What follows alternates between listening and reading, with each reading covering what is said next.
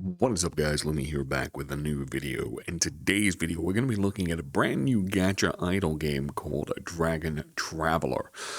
Now, I'm pretty big when it comes to the idle gacha games, playing AFK Arena for a very long time. I still play AFK Arena from time to time when there's a big update, like the Satam that just came out. I played that one, so pretty up to date with this. This game is pretty much what you would refer to as a Guna game. It is centered around a very specific art style. You may understand why.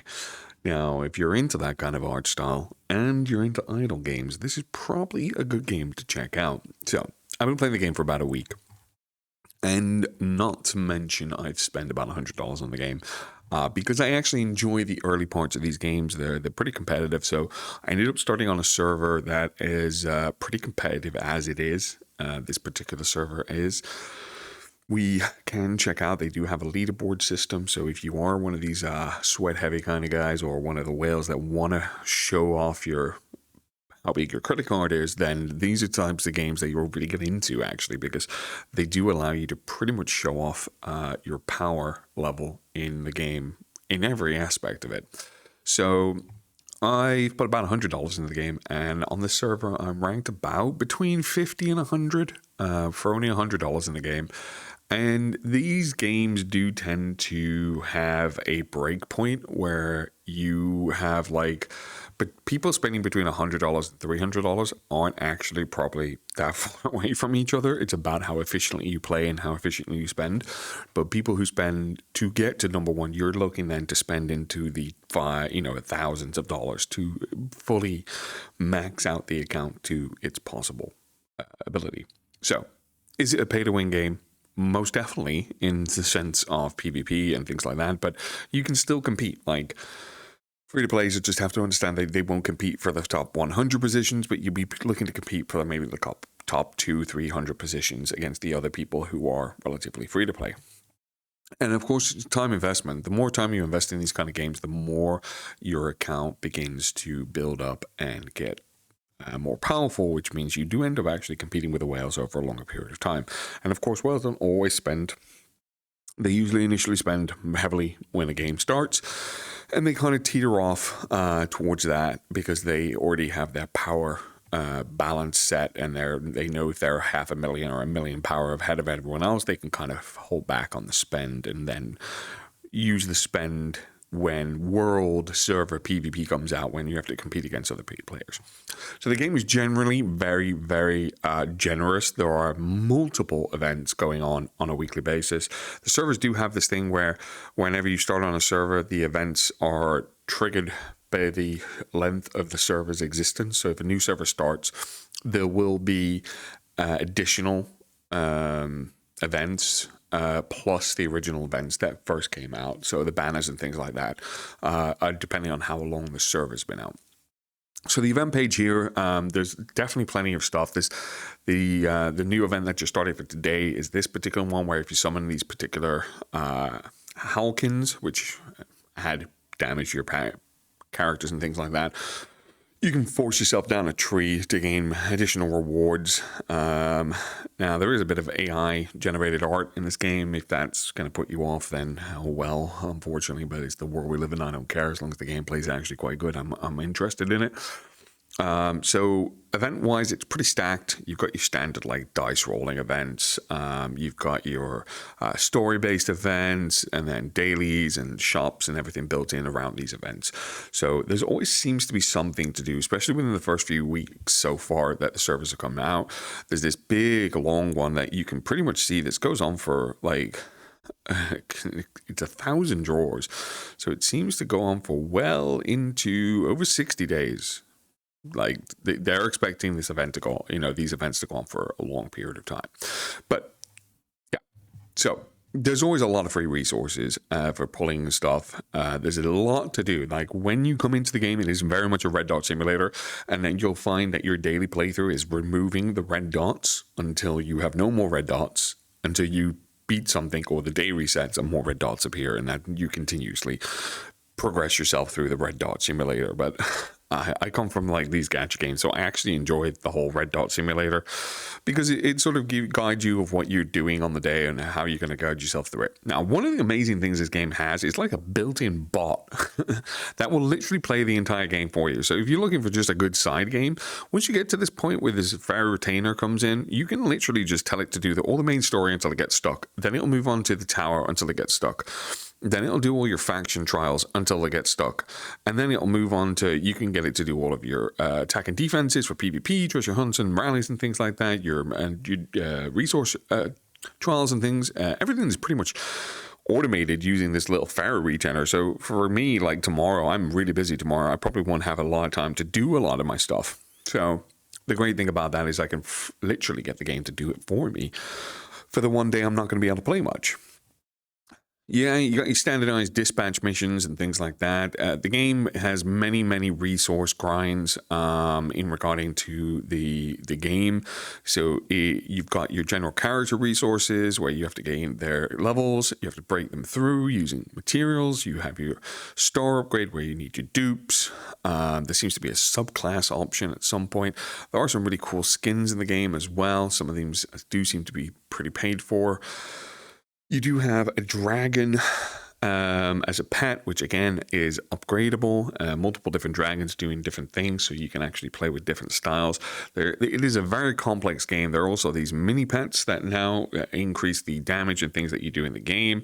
It's a considerable amount of things within the game for such a Guna game that it is. And there is a lot to do in it. Like Guild Wars they have Guild Expedition. Guild Expedition is an entire game mode where you're like running around on a map, having to cleanse things down and get stuff from here and then beat bosses and stuff. The list goes on and endless. I don't think you'll ever find nothing to do within the game. Now, the main principle of the game, of course, is to continuously go through campaign. You go through campaign stages, you build a team out to defeat that particular campaign stage, and then as you get stuck, you move on to doing something else. One of the core abilities in this game, though, is the sheer quality of life that they have in this. My assassin needs to take out a backline here, and I'm just wondering which backline. It's no good having her over here because this tank's going to stop her. So I'm going to have to move this chick over, put you over here, and then you can at least attack this backline over there.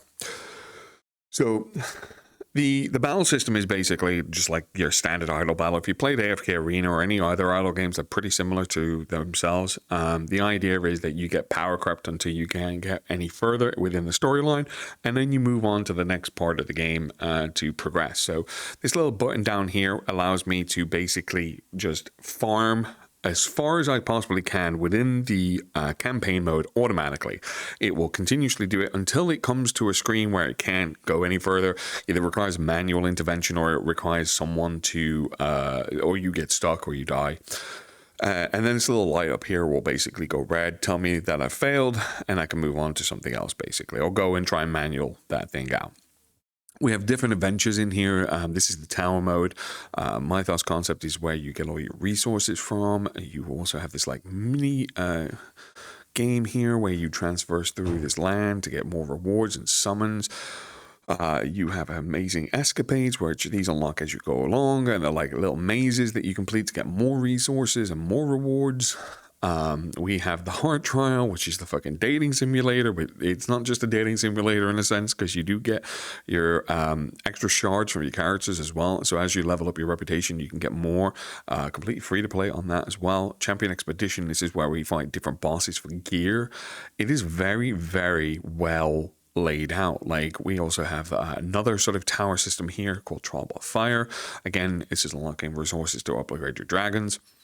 And later on, it still says there's more to unlock within 3 days for the Colosseum. We also have raise any class to this, and you will unlock in 5 days. So this is the trial of the Warborn Goddess. And we also have training camps. These reward you with more resources. It's absolutely resource-packed. And for such a game that I just absolutely thought was going to be a game I pick up, waiting for another game to come out and move on to another one. This game has properly caught my eye to the point where I was like, I'm going to drop a little bit of money on it, and just see if I can be slightly competitive. It does really bring me back to the days of AFK Arena, but it's kind of got all of the stuff from that kind of game, but also has the quality of life that I was sort of missing as well when I first started playing that years and years and years ago. There were so many aspects of the game where you can improve yourself and increase power level and things like that, and you find yourself really feeling accomplished when you beat a trial that you couldn't pass or beat a boss that you were stuck on. And then the rewards come pretty heavily. As I said, with the summons as well, you have the banners. So you can choose if you want to summon on the SSR banners and save your resources for a champion that you really want. Or you've got the main banner here where you basically just summon for whatever. There are mythicals in here, which is kind of what I consider as the whale sort of aspect of this. But even for whale standards, this would cost a lot to max one of these out. But the cool thing about it, they do offer free ways of getting those summons.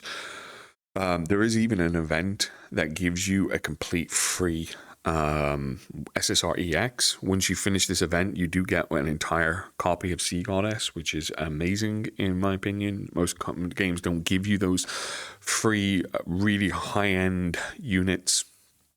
They kind of want you to pay for them and work towards them.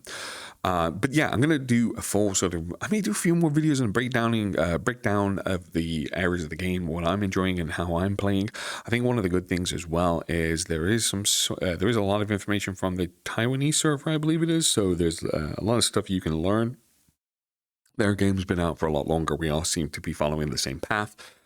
So you can kind of like prepare for things as they come along, but the game holds your hand pretty well. You do also have this little button up here which gives you recommendations on formations, and it's just shows you what team you can kind of run, what you can swap in and out to make your team a little bit better. But yeah, there's a lot of fun where you're battling to beat the next stage, and you move a character around, or you buy a little bit of gear here, or you upgrade a stat there, and then you beat it and you're like, yes, I did it. So I'll give this game a 9 out of 10. Honestly, it's very heavily monetized, like all idle games are. But if you look at if you ignore the monetization and of course ignore the leaderboards and just look at this game for what it is a fantastic idle game that you can play on the side as any other game, and it just feels great.